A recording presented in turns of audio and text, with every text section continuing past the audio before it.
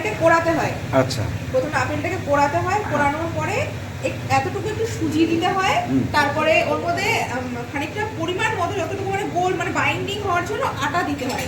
এটা পুরোটা sugar free. আর আমি যে তেলে করছি সেটা হচ্ছে অলিভ অয়েল। আমি অলিভ অয়েলে আমি ফ্রাই করছি।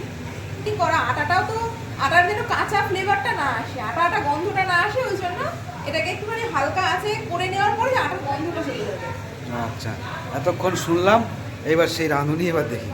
এই যে ঠিক আছে, তারপরে খেয়ে দেখবো কেমন লাগে। খেয়ে বলবে।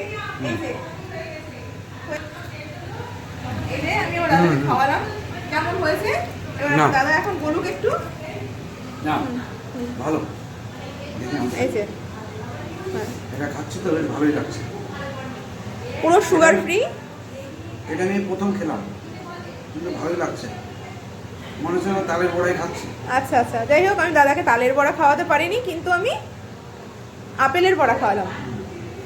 ঠিক আছে, এই যে দেখুন হালকা আছে, এগুলো ফ্রাই হবে। ভালো লাগলো।